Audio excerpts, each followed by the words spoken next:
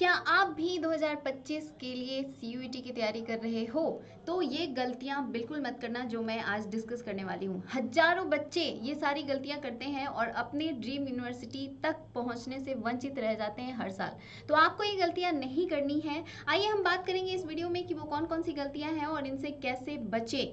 Welcome to CUET point, जहां आपको daily सारे अपडेट्स मिलते हैं, सब चैप्टर वाइज आपको टिप्स मिलते हैं, करंट अफेयर्स मिलता है, सारी चीज़ें यहाँ पे अवेलेबल हैं सीयूईटी की तैयारी के लिए। जो बेस्ट स्ट्रैटेजी होती है किसी भी एग्जाम को क्रैक करने की, वो यहाँ पे बताया जाता है। तो चलिए सबसे पहले हम बात कर लेते हैं कि वो कौन कौन से मिस्टेक्स हैं जिनसे आप बच के अपनी ड्रीम यूनिवर्सिटी तक पहुंच सकते हो।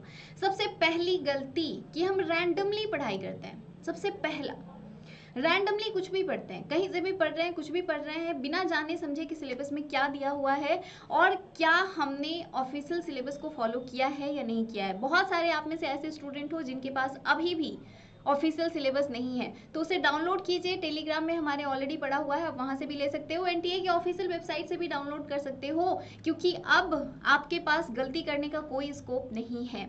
आपको क्या करना है कि सिलेबस डाउनलोड करना है, सिलेबस के थ्रू आपको देखना है कि आप सिलेबस से स्टिक हो या नहीं हो, और आपको सिलेबस कंप्लीट करनी है। बहुत बच्चे क्या करते हैं, आधे अधूरे सिलेबस को पढ़ के उसके बाद चले जाते हैं, ये पढ़ लिया वो पढ़ लिया, ये हमारा फेवरेट चैप्टर है, ये हमारे लिए इजी पढ़ रहा है तो इसको कर लेते हैं, बाकी चीज़ों को छोड़ देते हैं। तो ये गलती आपको नहीं करनी है। सबसे पहले ऑफिशियल सिलेबस के साथ आपको चलना है, कहीं से भी कुछ भी रैंडमली आपको पढ़ाई नहीं करनी है, जो पहली गलती सारे बच्चे करते हैं, मैक्सिमम बच्चे। इसके अलावा सिलेबस को अनकम्प्लीट छोड़ देते हैं। अनकम्प्लीट मतलब आधा सिलेबस पढ़ा या आधे से भी कम सिलेबस पढ़ते हो, आप सोचते हो कि इतना तो क्वेश्चन कर लेंगे, इतने में हो जाएगा, जबकि आपको पता है कि हर एक चैप्टर से 2 से 3 सवाल रहते ही हैं। अगर आपने एनालिसिस नहीं किया है तो अभी भी आपके पास वक्त है, एनालिसिस कर लो और उसके अकॉर्डिंग आपको सिलेबस कंप्लीट करते चलना है। सबसे पहली बात कि इसका सिलेबस बहुत वास्ट नहीं है, बहुत ही ज़्यादा प्रिसाइज और बहुत ही अच्छा है, जिसको आप बहुत मिनिमम टाइम में भी कंप्लीट कर सकते हो।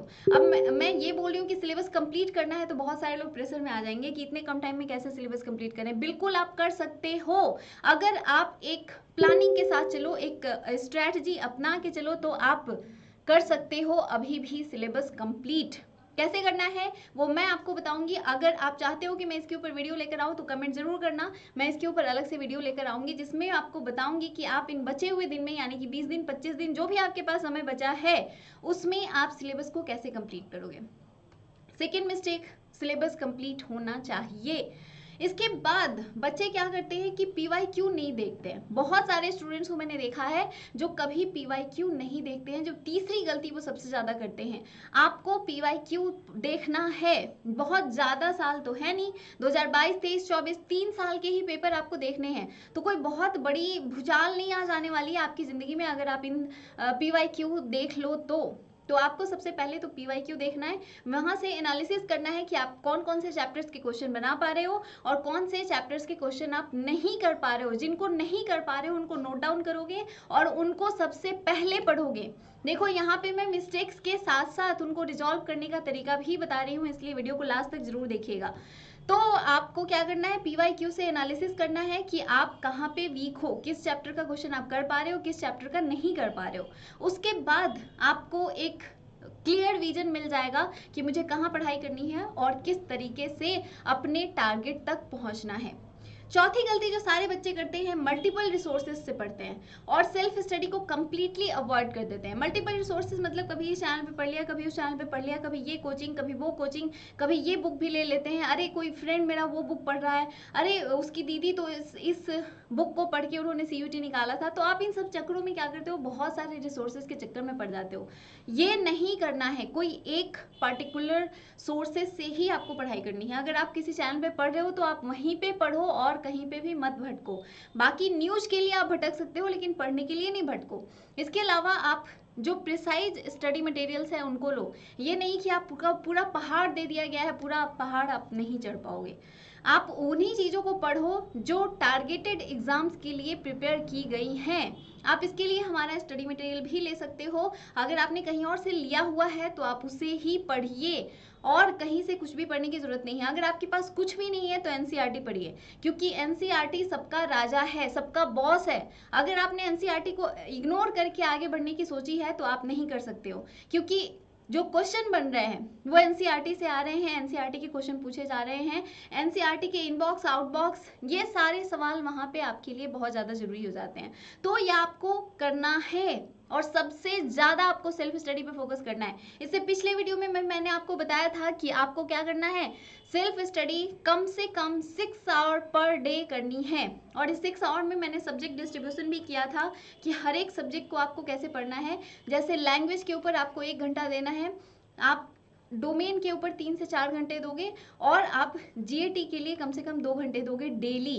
इस तरह से आप 6 घंटे कम से कम डेली सेल्फ स्टडी करोगे। और ये आपका प्लान होना चाहिए, डेली प्लान। डेली एक प्लान बनाओ और उस प्लान से स्टिक रहो और करते चलो। 5वीं और सबसे बड़ी गलती जो बच्चे करते हैं वो है प्रैक्टिस। वो कहते हैं ना, मूवी में विद्या बालन ने कहा था कि मूवीज में सिर्फ 3 चीजें चलती हैं, क्या, एंटरटेनमेंट, एंटरटेनमेंट, एंटरटेनमेंट। तो एग्जाम में सिर्फ 3 चीजें चलती हैं, प्रैक्टिस, प्रैक्टिस एंड प्रैक्टिस।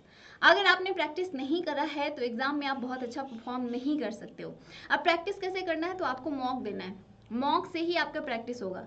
इसके अलावा बच्चे क्या करते हैं कि प्रैक्टिस करने में भी, जैसे आपने एक दिन में सिर्फ रीजनिंग के ही क्वेश्चन बनाए, एक दिन में सिर्फ करंट अफेयर्स के ही क्वेश्चन करे, एक दिन में हो सकता है आपने सिर्फ क्योंकि जीएटी जो है वो पूरा महासागर है, तो आपको एक आदत होना चाहिए डेली सभी चीज़ों के क्वेश्चन करने के। सभी चीज़ों मतलब सारे सब्जेक्ट्स के क्वेश्चन करने का एक आदत, एक हैबिट डेवलप होना चाहिए, ताकि एग्जाम हॉल में जब आप जाओ तो आपको ये ना लगे कि ये कर लेते हैं, अभी मेरा दिमाग इसी क्वेश्चन पे काम कर रहा है, बाकी क्वेश्चंस पे काम नहीं कर रहा है, तो हम उसे नहीं करते हैं। तो ये चीज़ अपने दिमाग को इन 25 दिनों में इस तरह से प्रोग्राम्ड कर दो कि आप एग्जाम हॉल में बैठो तो आपको बोरियत ना लगे, किसी क्वेश्चन को देख के ये ना लगे कि ये क्या आ रहा है। और सिर्फ इतनी ही प्रैक्टिस नहीं करनी है आपको, माउस, क्योंकि आपका एग्जाम सीबीटी मोड में होगा, तो आपको सबसे ज़्यादा प्रैक्टिस करने की ज़रूरत है कि आप माउस पे प्रैक्टिस अपनी पकड़ बना लो। वो आपका टाइम बचाएगा एग्जाम में। बहुत सारे बच्चों का टाइम इस वजह से भी चला जाता है क्योंकि जो एग्जाम हॉल में उन्हें माउस मिलते हैं वो बहुत अच्छे काम नहीं कर रहे होते हैं। तो ये था कंप्लीट 5 मिस्टेक्स, उनको कैसे रिजॉल्व करना है इसके बारे में। अगर आपको सक्सेसफुल होना है तो कंसिस्टेंसी एंड मिस्टेक्स को अवॉइड करना सीखना पड़ेगा। कंसिस्टेंट रहना बहुत ज़रूरी है। कंसिस्टेंट जो सबसे बड़ी गलती बच्चे करते हैं, कंसिस्टेंसी होनी ही चाहिए।